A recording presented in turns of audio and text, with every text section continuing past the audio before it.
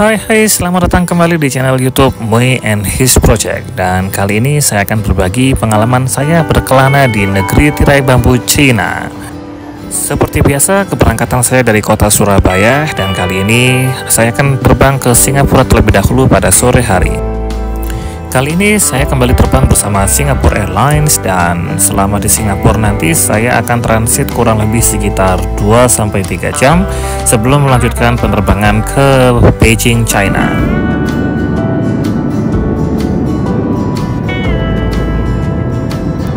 Tidak banyak aktivitas yang saya lakukan selama transit di Changi, Singapura. Saya hanya menghabiskan waktu untuk beristirahat sambil menunggu penerbangan berikutnya.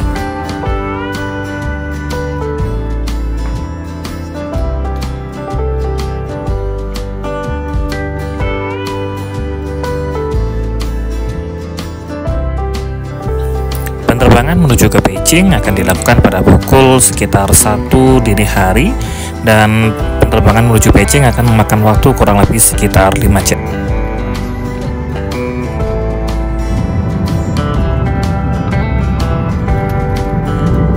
Setelah menjalani penerbangan sekian jam, akhirnya saya berhasil mendarat di Beijing, Cina dengan selamat. Setelah Anda keluar dari pesawat, sebelum masuki area imigrasi, Anda akan menemukan mesin untuk perekaman sidik jari. Nah, jadi seperti inilah kurang lebih penampakan dari mesin-mesin tersebut. Anda bisa melakukan perekaman sidik jari di sini, dan selanjutnya bisa melanjutkan ke area imigrasi dan juga pengambilan bagasi. Nah, tanpa membuang waktu lagi, saya pun segera bergegas untuk mencari petunjuk ke arah subway atau kereta menuju ke pusat kota. Nah, untuk pembelian tiketnya, Anda bisa melakukan pembayaran dengan Alipay, atau bisa membeli di mesin atau di tiket counter. Dan inilah penampakan dari kereta yang akan membawa saya ke pusat kota. Perjalanan dari bandara menuju pusat kota akan memakan waktu kurang lebih sekitar 30 menit.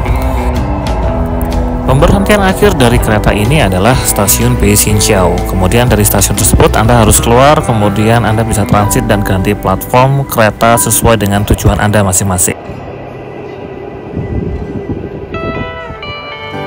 Oke, saya berhenti di stasiun Temple of Heaven karena ini adalah stasiun yang paling dekat dengan hotel saya. Kemudian saya berjalan kaki dan menuju ke hotel saya yang akan saya tinggali beberapa hari ke depan, yaitu Ibis Temple of Heaven. Nah, kurang lebih seperti inilah penampakan ruangannya.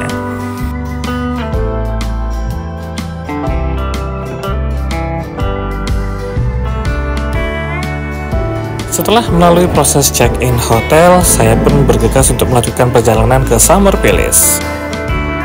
Nah, sebelum memasuki Summer Palace, saya menyempatkan diri untuk makan siang di sebuah restoran di dekat gate atau gerbang utama dari Summer Palace itu, dan inilah makanan yang saya konsumsi saat itu. Untuk rasa tidak terlalu istimewa. Untuk memasuki area Summer Palace itu sendiri, kita harus membeli tiket seharga 30 yuan. Nah, Summer Palace itu sendiri areanya sangat besar sekali ya, jadi banyak spot yang bisa kalian explore. Ada danaunya, ada palace-nya, dan banyak yang bisa kalian lihat. Pada saat itu pula saya tidak terlalu mengeksplor seluruh dari area ini karena menurut saya area terlalu besar, jadi saya hanya mengeksplorasi area ini sebagian saja. Nah, seperti inilah, kalian bisa lihat sendiri videonya.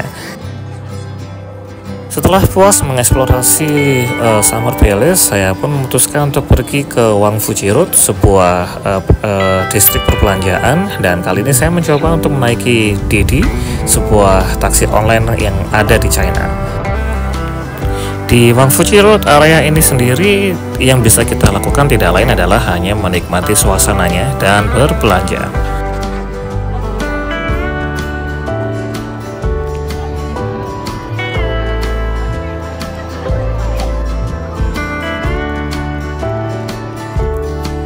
Keesokan harinya merupakan sebuah perjalanan panjang, dan sebelumnya saya beritahu bahwa selama berada di sana, Cina sedang berada dalam posisi Golden Week atau Pekan Emas, yang artinya di sana sedang terjadi libur panjang, dan bisa dibayangkan betapa ramainya di Cina pada saat itu. Tujuan pertama kali ini adalah Tiananmen Square dan Forbidden City, dan saya harus berjuang mulai dari sekarang karena antrian begitu sangat panjangnya. Selamat berjuang! Oh ya, untuk masuk ke Tiananmen Square ini adalah gratis, tapi kalian harus reservasi sebelumnya, setidaknya 1 minggu sebelum kunjungan. Dan sayang sekali websitenya semuanya dalam bahasa Cina, jadi saat itu saya minta tolong teman yang bisa bahasa Cina untuk melakukan reservasi kunjungan saya. Inilah situasi Tiananmen Square pada saat itu. Selamat menikmati.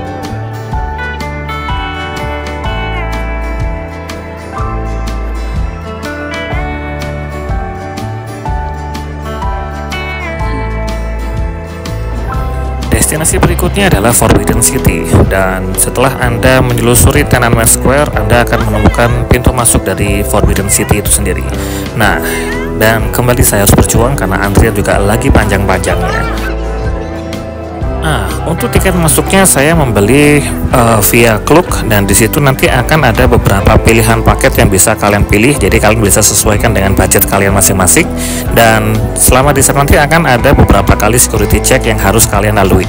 Jadi jangan lupa untuk selalu membawa paspor Anda. Dan inilah penampakan dari Forbidden City itu sendiri. Areanya sangat besar sekali, dan bangunan-bangunan dan arsitektur yang ditampilkan sangat-sangat bagus sekali, dan saya tidak menyesal sekali untuk berkunjung ke tempat itu.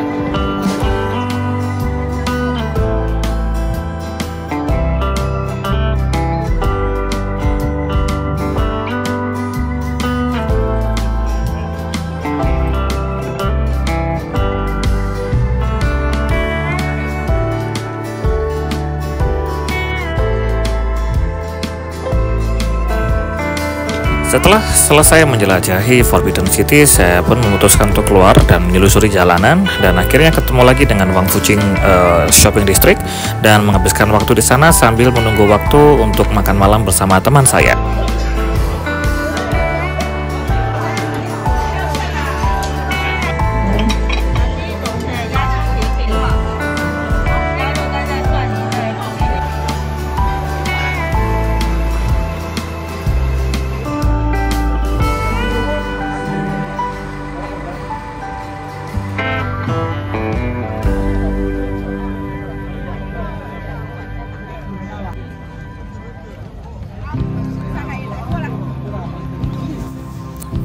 Nah, masuk hari keempat, saya melakukan perjalanan menuju ke tembok besar Cina atau Great Wall China, dan kali ini saya memilih sisi Mutianyu. Saya tidak memilih sisi Beijing. Untuk menuju ke sana, saya sudah membeli paketan melalui Klook, dan di sana juga disediakan beberapa paketan, beberapa jenis pilihan yang bisa kalian pilih, yang bisa kalian sesuaikan dengan budget kalian masing-masing.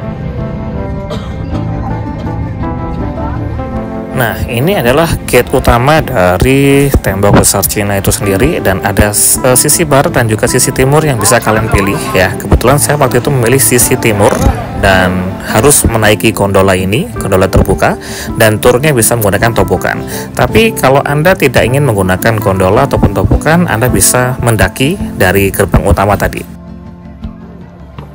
Oke, inilah tembok besar Cina dari sisi Mutianyu bagian timur.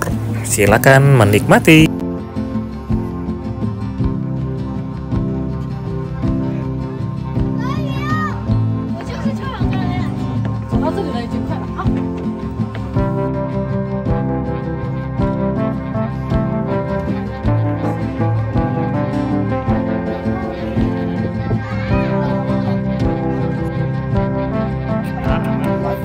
Nah, untuk turun kembali menuju ke gerbang utama, saya memutuskan untuk menggunakan tobokan, dan menurut saya setidaknya ini kalian harus coba sekali dalam seumur hidup, karena memang benar-benar fun sekali, sangat menyenangkan sekali pengalamannya.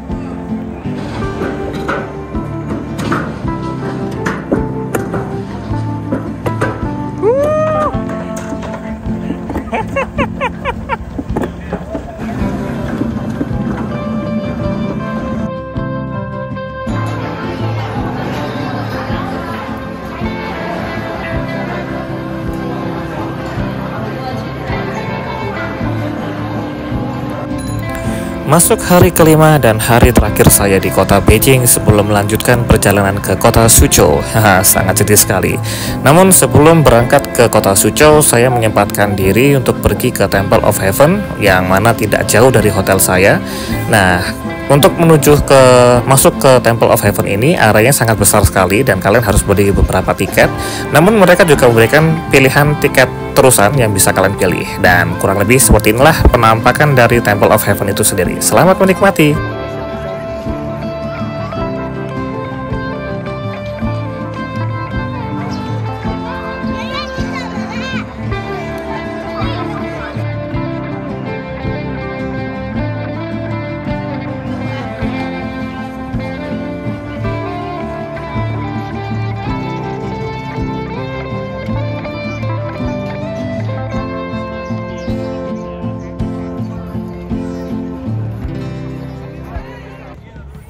Setelah puas menikmati Temple of Heaven, saya pun kembali menuju hotel mengambil barang dan melanjutkan perjalanan ke Beijing Railway Station untuk naik kereta cepat menuju ke kota Suzhou.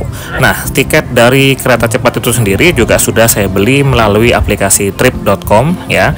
Pembelian tiket kereta cepat itu sendiri bisa dilakukan 2 minggu sebelum keberangkatan.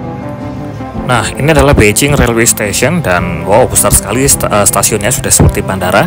Nah, kalian harus memperhatikan waktunya baik-baik karena antrian untuk menuju ke gate-nya, antrian menuju ke keretanya sangat panjang sekali. Jadi kalian jangan datang terlalu mepet. Nah, inilah perjalanan menuju ke kota Suzhou. Setelah menempuh perjalanan kurang lebih sekitar 5 jam dengan kereta cepat, akhirnya saya tiba di kota Suzhou. Dan tidak perlu membuang waktu lama, saya pun segera naik kereta lokal atau subway untuk menuju ke hotel dan check-in sejenak.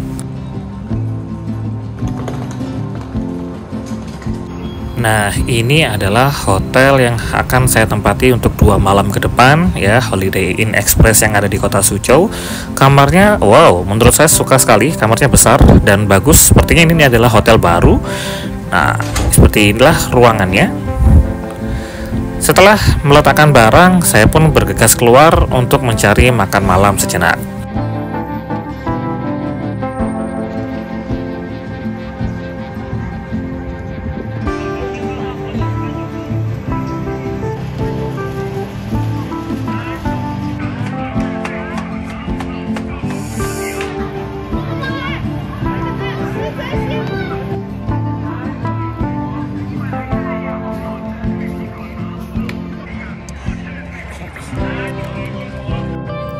Masuk hari ke-6, saya akan menghabiskan 1 hari penuh di kota Suzhou. Dan sebelumnya saya menikmati fasilitas breakfast yang disediakan oleh hotel dan wow, rasanya enak sekali.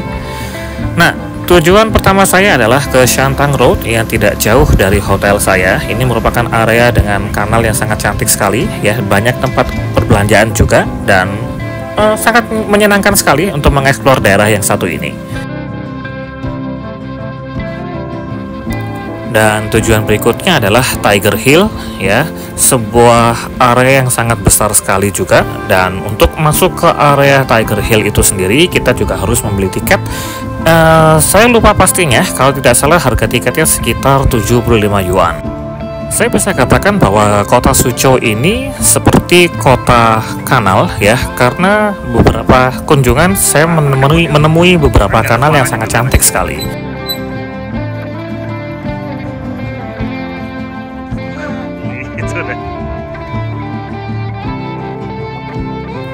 Dan inilah area dari Tiger Hill yang bisa kalian nikmati. Untuk di dalamnya sangat nyaman sekali dan asri sekali. Saya pun cukup nyaman di sana untuk berlama-lama di sana. Dan satu hal yang membuat saya tertarik adalah di situ terdapat sebuah tower atau sebuah menara yang mirip seperti Menara Pisa di Italia. Ya, bangunan menara tersebut terlihat sangat miring. Saya tidak tahu apakah dibuat seperti itu atau mungkin termakan usia atau termakan sejarah atau bagaimana. Dan inilah menara tersebut. Nah, jadi ini bukan angle kamera, tapi bentuk dari menara ini sendiri memang miring.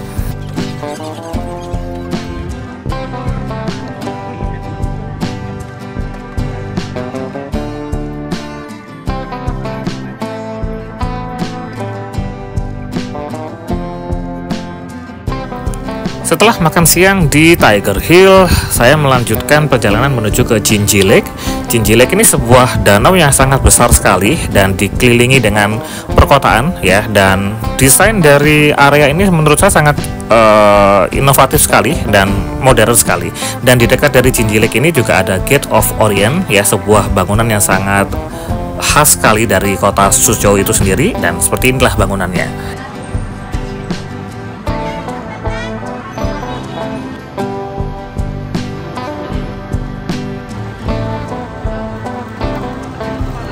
Nah, setelah makan malam, saya coba kembali lagi ke area Santang Road, dan ternyata malam hari vibe-nya sangat berbeda sekali dan lebih ramai orang pada malam hari. Nah, kurang lebih seperti inilah pemandangannya. Masuk hari ke-7, pagi sampai siang saya habiskan untuk beristirahat saja di hotel sambil menunggu jam check out, kemudian melanjutkan perjalanan menuju ke Shanghai.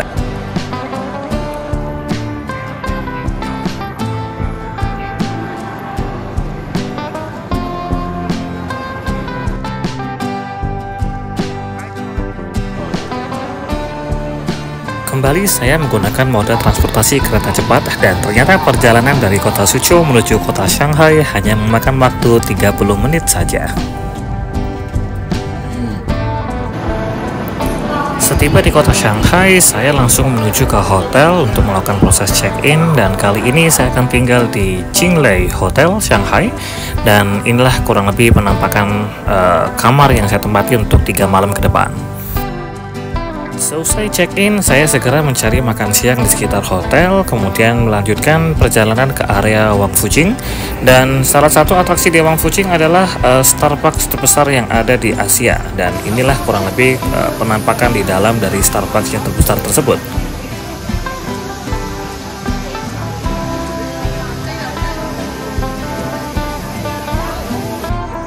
Puas menelusuri Wang Fujing area, saya melanjutkan perjalanan menuju ke depan. Di depan itu sendiri, atraksi utamanya mungkin bangunan-bangunan peninggalan Eropa yang masih ada di sana, dan kemudian di sana terdapat sungai yang sangat besar sekali dengan pemandangan latar belakang kota Shanghai yang sangat-sangat megah sekali. Dan saat menjelang malam hari atau sekitar pukul 7 malam ya, bangunan-bangunan tersebut akan memainkan sebuah pemandangan lampu yang sangat cantik sekali.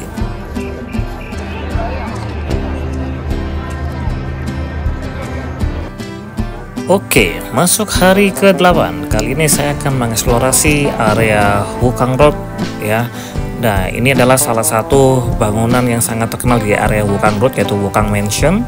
Nah, jadi banyak sekali orang datang kemari untuk berfoto dengan latar belakang bangunan kuno tersebut.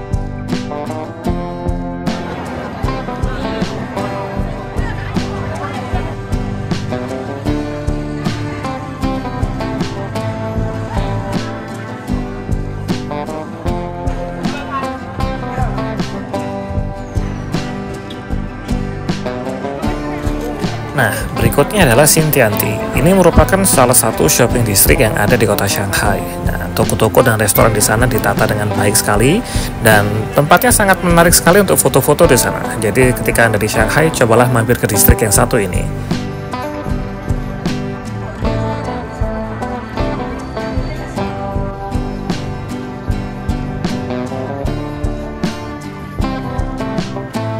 Nah, kalau ini adalah Tianxifang.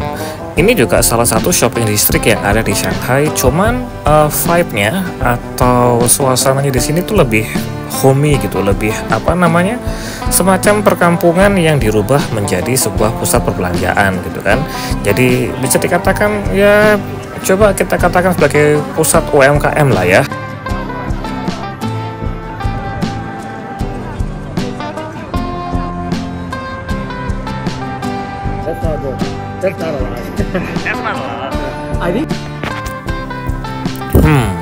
Masuk hari ke-9, saya sudah kehabisan ide saya mau ngapain di kota Shanghai. Jadi saya memutuskan pagi harinya lari pagi sambil menelusuri sungai yang cantik ini dengan pemandangan kota Shanghai yang sangat indah sekali.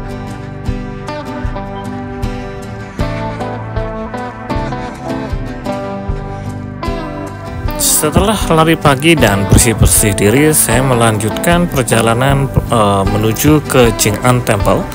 Nah, ternyata Chang'an Temple ini berbayar dan harga tiketnya juga tidak murah, dan antrian untuk masuk pun untuk membeli tiket juga panjang sekali. Jadi saya memutuskan untuk tidak masuk kali ini, dan karena beberapa kali sebelumnya juga sudah pergi ke beberapa temple, jadi untuk Chang'an Temple kali ini saya skip terlebih dahulu. Nah, saat jalan kaki menuju restoran yang ingin saya tuju untuk makan pagi, tiba-tiba saya melewati bangunan yang cakep sekali, dan ternyata bangunan ini biasanya sering digunakan sebagai pusat pameran atau eksibisi. Dan ini adalah restoran yang saya kunjungi pada saat itu, dan ini adalah restoran dengan olahan kepiting ya. Pada saat itu tidak terlalu ramai, tapi ketika makanan saya sudah datang, tiba-tiba antrian di luar sudah panjang sekali. Setelah makan siang, saya mampir sejenak ke area Wujiang Road. Ini juga salah satu shopping district yang ada di kota Shanghai. Tempatnya juga tidak kalah menarik untuk foto-foto. Sore harinya saya pergi ke Yuyuan area, salah satu pusat keramaian yang ada di kota Shanghai, dengan bangunan-bangunan dengan nuansa tradisional. Nah, areanya sangat besar sekali. Jadi kalau teman-teman ingin datang ke sini, siapkan tenaganya dan waktunya, karena banyak sekali hal-hal yang bisa dieksplorasi di tempat yang satu ini. Kerendeman berikutnya adalah saya iseng-iseng pergi ke Shanghai Tower ya dan sekitarnya. Jadi saya hanya menghabiskan waktu saja dan menikmati suasana yang ada di sana.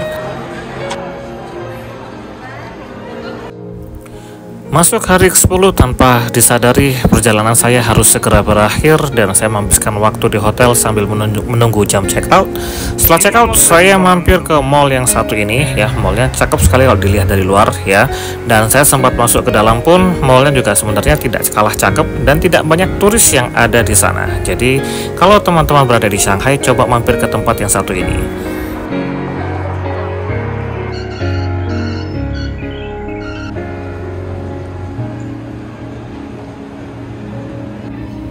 Setelah makan siang, saya kembali ke hotel untuk mengambil barang-barang, kemudian melanjutkan perjalanan ke Bandara Shanghai, ya, Pudong Airport, dan perjalanan menggunakan kereta kurang lebih memakan waktu sekitar 90 menit. Jadi pastikan teman-teman jangan terlalu mepet perjalanannya, ya, jangan terlalu mepet dengan jam terbang Anda.